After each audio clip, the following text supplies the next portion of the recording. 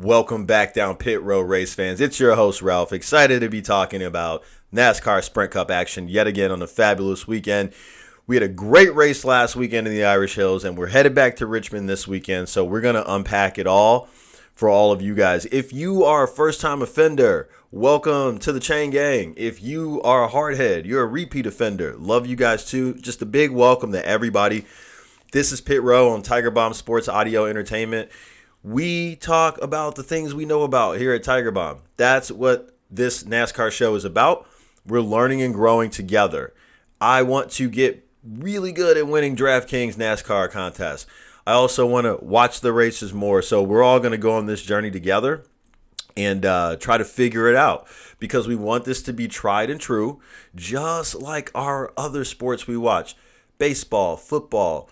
We have podcasts here at Tiger Bomb where we give out picks that are tried and true.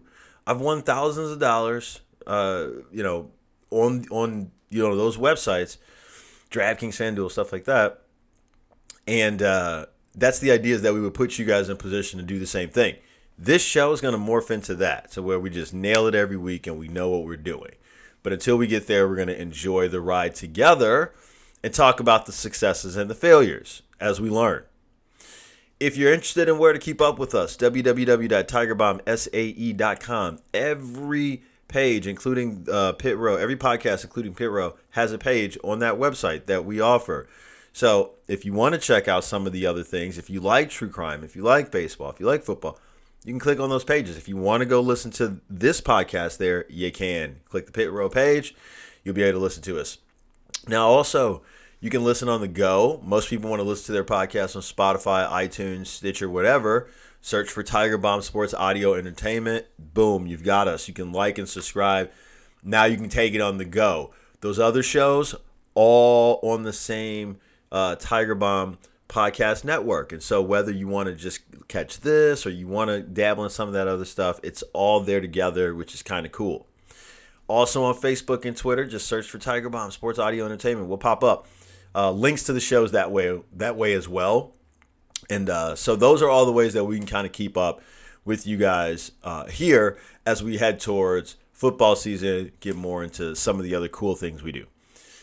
Now to reel it back home, let's talk about some Sprint Cup action. A lot of guys under the gun at this point in the year to when to get in.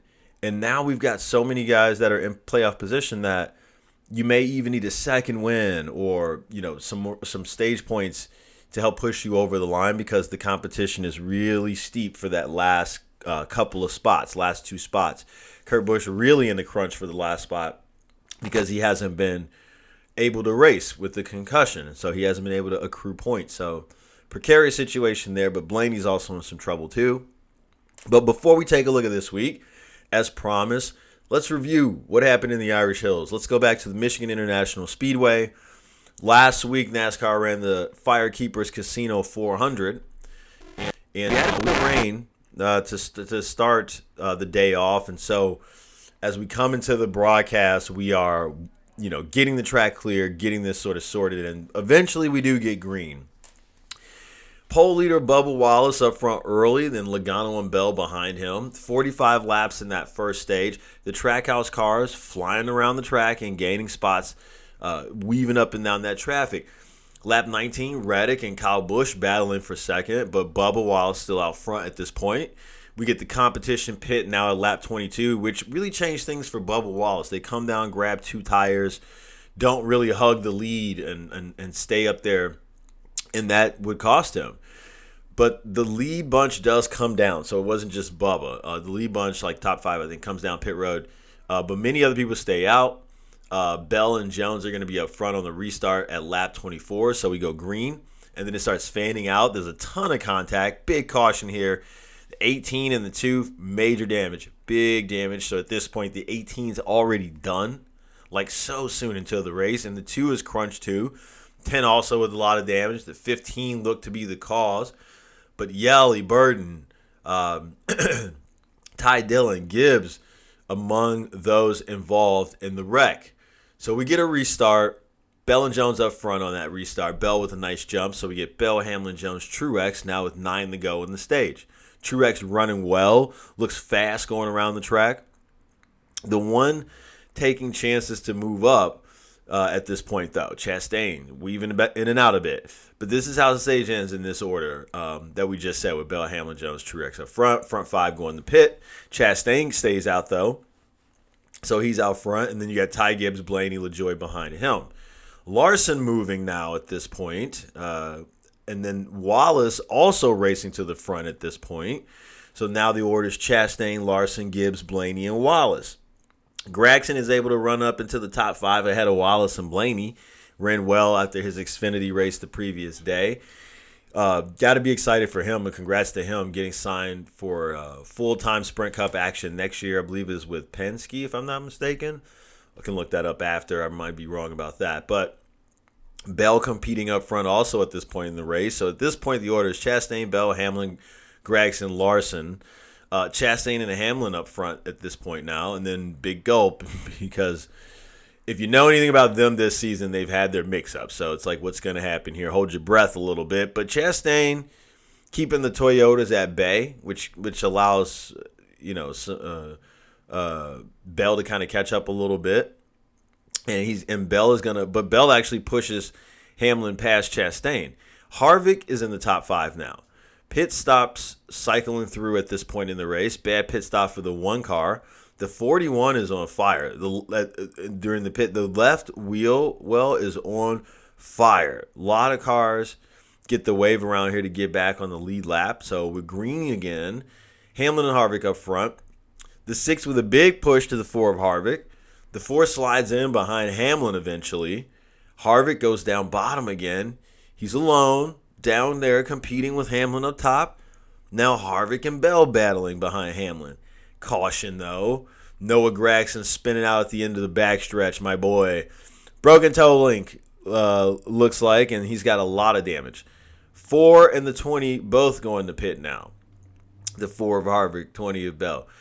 Green now with 7 to go on the stage. Hamlin out front. Keselowski, Suarez, Larson behind him. Brad is passed, so now you have Hamlin, Suarez, and Larson. Brad Case 4th. Hamlin wants the stage win for playoff points at this juncture, is what he's thinking. Austin Dillon running 7th now. White flag for stage 2. Hamlin takes the stage. Suarez and Larson line up behind him. A lot of cars stay on the track instead of pitting. Many teams can make it to the end at this point. So we get this restart for the final stage. Suarez and Bell up front. 3 wide now. Suarez out front. Hamlin is moving. He's picked up 5 spots now. Suarez, Bell, Chastain, Logano up front. Hamlin had this bad pit stop that would ruin his day, but to see him by the end of the race bring it way back up inside the top 5 after having to go back to 38th is incredible. But at this point, it's Suarez, Bell, Chastain, Logano. Same order, 60 to go for the win now. Suarez defending Bell well. Trackhouse 1 and 3 now. Bell in the middle. Precarious situation for him. Ross pushes the 99 as Bell is beside him, and now the 1 and the 99 are up front.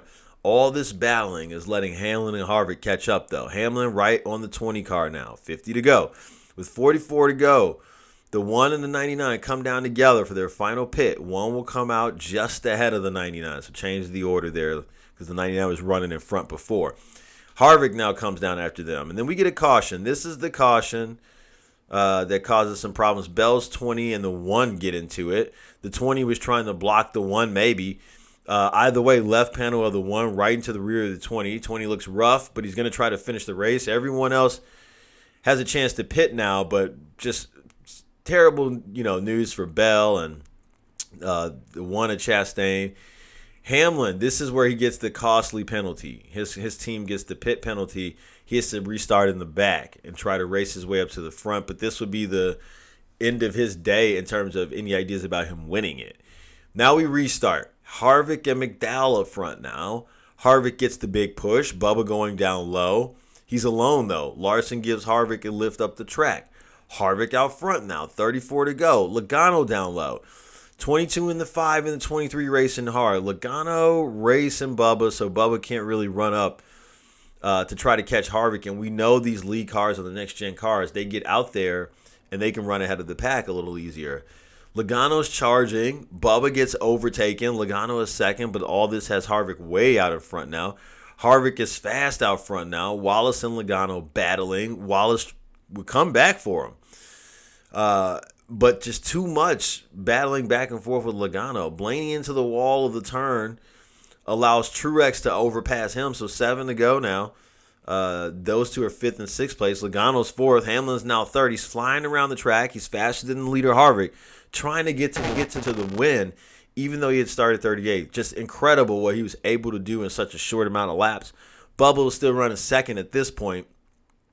Just couldn't catch Harvick after Logano battled him so hard. 5 to go. Terrible break for the 99. He loses a left tire. He's trying to get to pit road to keep it green. We're still green. Harvick is holding, and he does it. Harvick wins at Michigan. Continues his dominance. Fantastic victory for Ford. Kevin's 6th win there at Michigan. 4 out of the last 5 races there he's won. So as I said, Kevin Harvick able to continue his winning ways. Really get the monkey off his back in terms of getting a win, getting himself in playoff position finally. Great 2nd place finish for Bubba. Surely he won it first. You know he's not satisfied with that. But he held his own with that car. Now it's what we saw at the end of that race is just that lead car in the clean air gets out in front of the pack. It's hard to catch him. It's very hard to catch him when he's sputtering back that dirty air to everybody else and he's out there in clean. The next gen car seems to be like, that's one thing that we can say definitively about this season is the leader can run away from the pack and make it very, very hard to pass on certain tracks, right? Not always, but on certain tracks like where we were last week with Michigan. But guys, that was last week. We're on to this week. We're going back to Richmond, back to Richmond International for the Federated Auto Parts 400. Purse is $7.14 million. Race distance 400 laps, 300 miles. This is the quarter-mile oval. Asphalt track. Stage breaks at 70, at 23, and then, like I said, the race is over at 100 laps. As far as the banking goes, 14 degrees in the turns, 2 degrees on the front stretch, 8 degrees on the back stretch. Best corollary tracks are probably Phoenix and New Hampshire, if you're wondering what else this might be like. But if 2 more first-time winners happen this year over the course of the last 3 races, they could push Harvick or anybody else out who just has the 1 win. So it's like everybody's got to race hard because there's still so much parity at the tail end of the playoff picture there. In the first Richmond race, Ryan Blaney started on the pole and led the first 128 laps. Like I said, the dynamics of this track lent itself to that leader, the pole sitter, being able to get out in front in clean air, and then it was hard to catch him, right? Like he had to come pit. We need to see, as a recording now, we don't have the poll yet, but whoever that person is, you got to consider them if you're going to play DraftKings and stuff like that. Just because of what we saw here with the next-gen car earlier in the spring.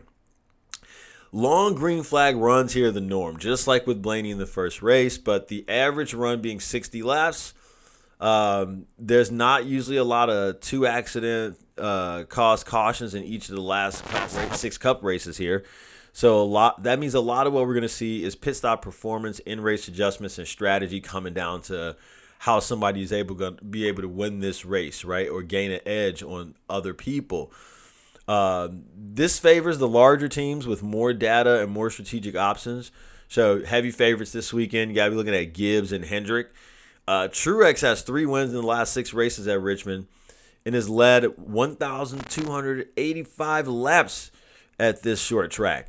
Blaney, on the other hand, has had just 2 top 10 finishes and 12 starts, though they came in the last 2 races. So more pressure on Blaney than probably Truex based on that, but both these guys really needing a smash hit here. Hamlin won here earlier at his home track, so he's favorited as well.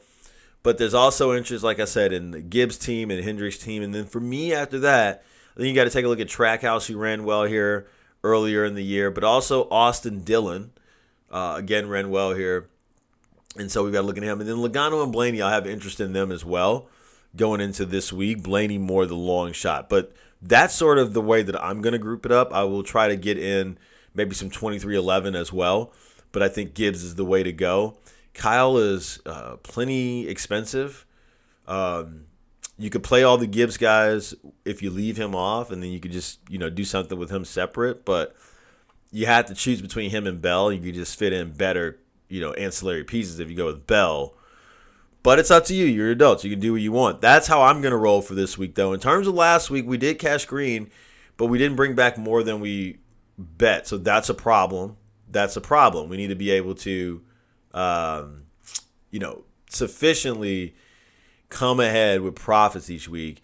You hear some people, I won so many dollars, but are you in the black?